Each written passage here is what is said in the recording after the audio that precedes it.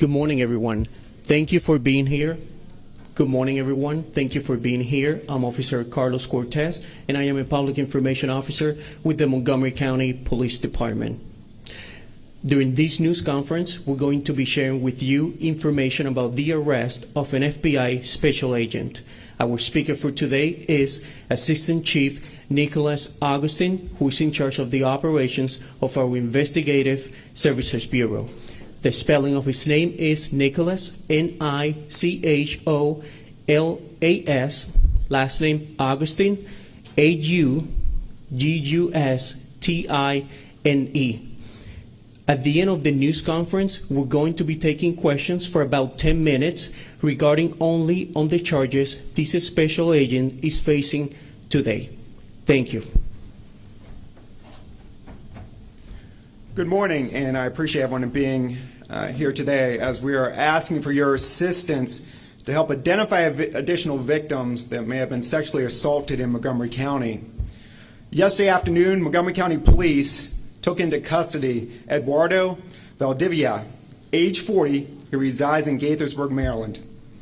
Mr. Valdivia is currently employed as a supervisory special agent with the Federal Bureau of Investigations. He has been charged with 2 counts of second-degree rape, 4 counts of fourth-degree sexual contact, and 4 counts of second-degree assault. Mr. Valdivia is currently being held on a no-bond status and will have a bond review later today. These charges stem from conduct beginning in February 2024, with contact made to victims through Instagram page under the name of DC Fine Line Tattoos. We've identified 2 victims as of this moment. One of the victims was offered a free tattoo in exchange to model the artwork. The victim went to the tattoo studio located on Washingtonian Boulevard in Gaithersburg, Maryland, and met with a person named Lalo Brown. Lalo Brown was later identified through investigation as Mr. Valdivia. After the tattoo was complete, Valdivia offered to help the victim get work as a model, and she would receive additional information by email. The victim received an email offering her to do a test photo shoot and interview. The victim returned to the studio at a later date and was presented with a modeling contract. During the photo shoot, the victim was sexually assaulted by Valdivia. After this assault, the victim was coerced and threatened with legal action. I've been working on this case for now over 3 weeks that have gathered evidence and ultimately led to the arrest of Mr. Valdivia yesterday, and to our media that's here today for sending our message out. So hopefully we can locate other victims if they do exist and hold those accountable that have committed these acts and hopefully reduce the victimization in our community. I'll be available to take some questions that you may have. Yes. All right. So we're gonna have the mic. You guys gonna have the mic. We have an audience online that are listening to us. So we just ask you to please raise your hand, and Deegan over here, our PIO Deegan, is going to come around with the microphone, so our online and community who is watching us online can hear the questions. Thank you so much. Who has a question? Hi, Paul Wagner with WC4.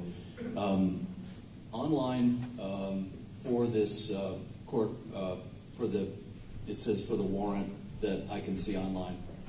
It says that the incidents happened in early September and mid-September. But you said February.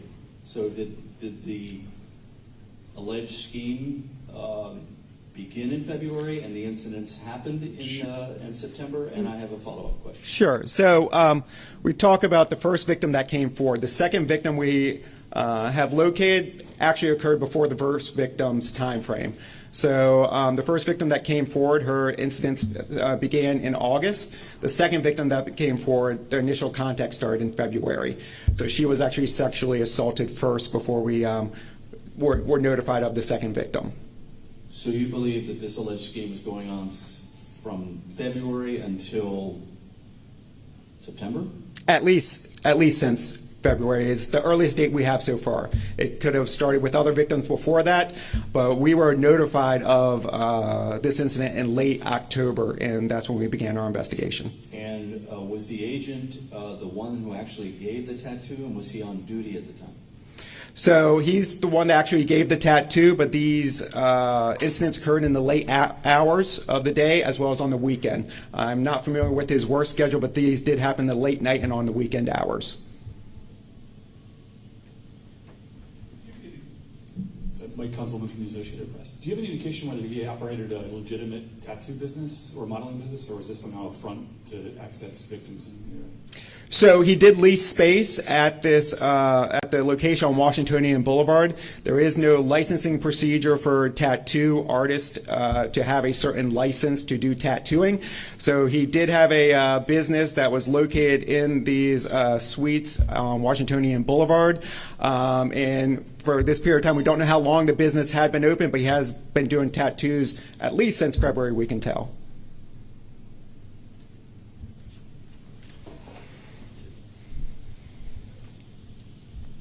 Thank you. Fort Fisher from News to Share. My question is there any indication that this agent's status as an agent or authority as an agent had any impact or involvement in the crime that you're alleging? All right. So to our knowledge, our victims did not know of his employment status as an FBI agent, nor either knew his true real identity. So that is why we do present those two other names out today, because they do not know him as Mr. Valdivia. They know him under Lalo Brown or El Boogie. Hello, thanks for taking questions. Did the victims know each other at all, or was this all just kind of randomly through social media that they all kind of came in contact with each other? They did not know each other directly. Through getting information and looking at the Instagram pages, they were able to identify each other and had associates in common, and began talking. And that's why we're trying to bring this forward today, is have people talk about this conversation. Those that have went there and even got a tattoo and understand the circumstances, even if they were not sexually assaulted, we want to hear from them, to hear about what happened while they were getting tattooed, if they were offered to do any modeling, so we can understand the situation.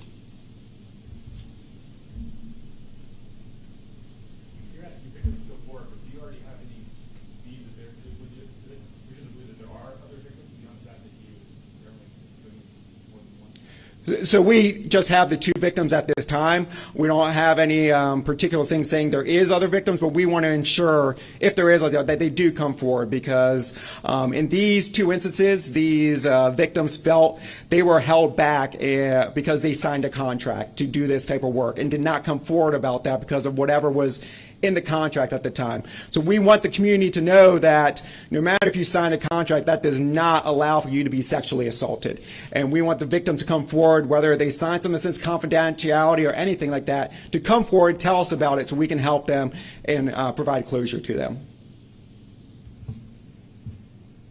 Thank you. Kate Ryan, WTOP.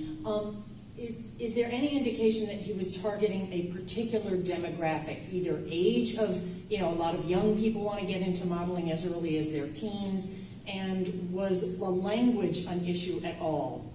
Yeah, we don't see any language issues. Both of our victims were in their 20s. Again, this all the original contact was coming through the Instagram site. So as our victims interacted with the Instagram site, whether by following or liking something, he would then, or this Instagram page would then reach out to them and offer them the opportunity for a tattoo or modeling services. Hi, that was loud, sorry. I'm Ashlyn Campbell, I'm with Moco 360. Did you guys arrest him, and if so, where, or did he turn himself in? He was arrested yesterday by our officers in Greenbelt.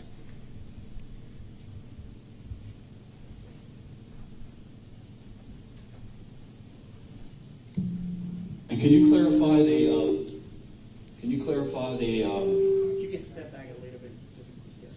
Clarify the actual sexual assaults, that one took place in the tattoo parlor and the other one took place in a suite at the hotel. Is that correct? So for one of our victims, it occurred in the tattoo studio, which is pretty close to the courtyard of Marriott, and the second assault took place in the courtyard of Marriott. For our other victim, they were assaulted at the tattoo studio located on Washingtonian Boulevard.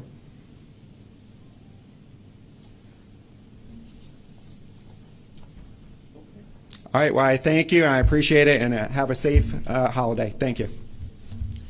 All right. Thank you, everybody, for coming out. So at this point, we're going to be distributing the mugshot of this person, and then we're also going to be sending out a news release. Just give us a few minutes, and you should be receiving those shortly. Thank you for your time, and thank you for coming out.